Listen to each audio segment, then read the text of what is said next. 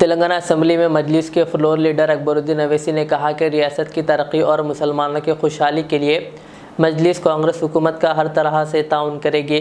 انہوں نے واضح کیا کہ ہم کسی سے تصادم نہیں چاہتے، ہم بھی آگے ہاتھ بڑھانے تیار ہیں، بشرط یہ ہے کہ ہمارے مسائل حل ہوں، ہمارے ساتھ دوسرے درجے کا سلوک نہ کیا جائے، ہمارے مسائل کو نظر انداز نہ کیا جائے، یہی ہمارا مطالبہ ہے۔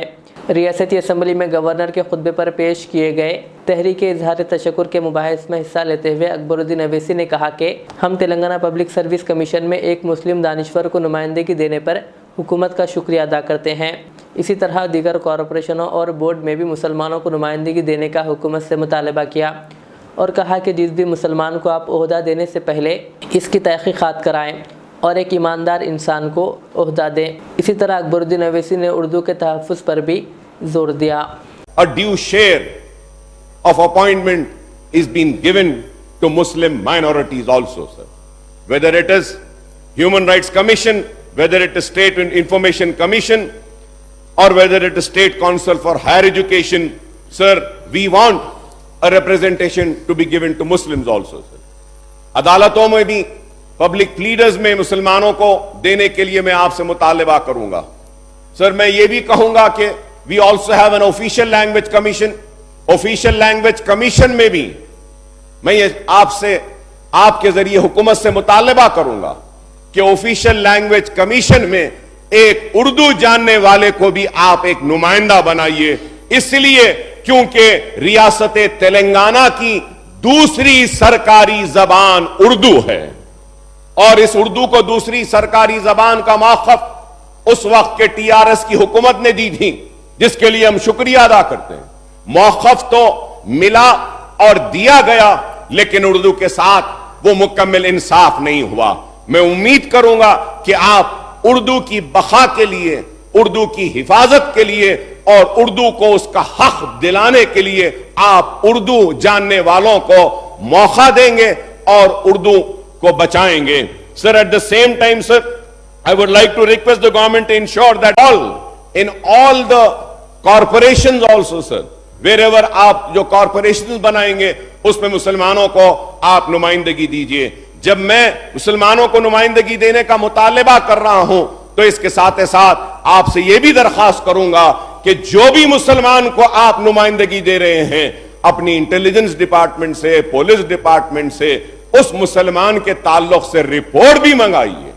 ایسا نہیں کہ بس مسلمان ہے دے دیں، ایسے مسلمان کو دیں جو واقعے میں ایمانداری، دیانتداری کے ساتھ کام کر سکتا ہے، ایسے لوگوں کو دیجئے، اور اس کے لیے ہمارا تعاون آپ کے ساتھ رہے گا، ہم آپ کے ساتھ کھڑے رہیں گے۔ ہمارا 60 برس سے زیادہ ہمارا سفر 1960 سے لے کر آج تک، سنجیویا صاحب کے دور سے لے کر آج ریونت ریڈی صاحب تک ہم اس ایوان میں نمائندگی کرتے آئے ہیں، تو ہم ان کا ساتھ دیے جنہوں نے ہمارا ساتھ دیا۔ ہمارا ساتھ کا مطلب کیا ہے؟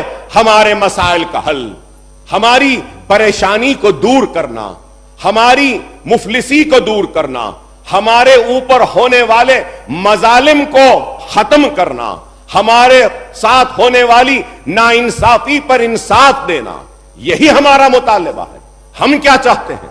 ہم کسی سے تصادم نہیں چاہتے، ہم بھی ہاتھ آگے بڑھانے تیار ہیں، بشرط یہ کہ ہمارے مسائل حل ہوں، ہمارے ساتھ دوسرے درجے کا شہری کا سلوک نہ کیا جائے، ہمارے مسائل کو نظر انداز نہ کیا جائے، یہی ہمارا مطالبہ ہے۔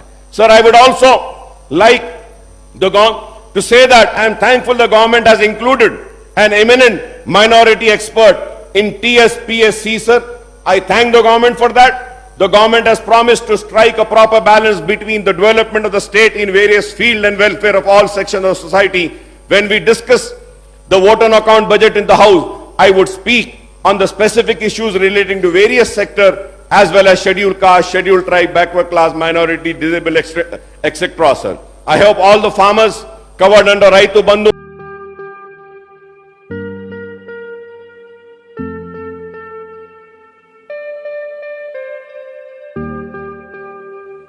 Siddiq Traders, Import and Export. جہاں سعودی، دبئی، سنگاپور، ملیشیا و دیگر ممالک کے مختلف اقسام کے ملبوسات، برقعے، عطر، اربا چپل، تیبن کا مجموعہ دستیاب ہے۔ معیاری اور اعلیٰ اقسام کی اشیاء ضروریہ، زیتون کا تیل، ڈرائی فروٹس و دیگر امپورٹڈ سامان کے لیے ابھی چلے آئیں۔ صدیق ٹریڈرز، مصطفیٰ نگر، فلک نما، حیدرآباد۔ ہم سے رابطہ کریں 9951385112۔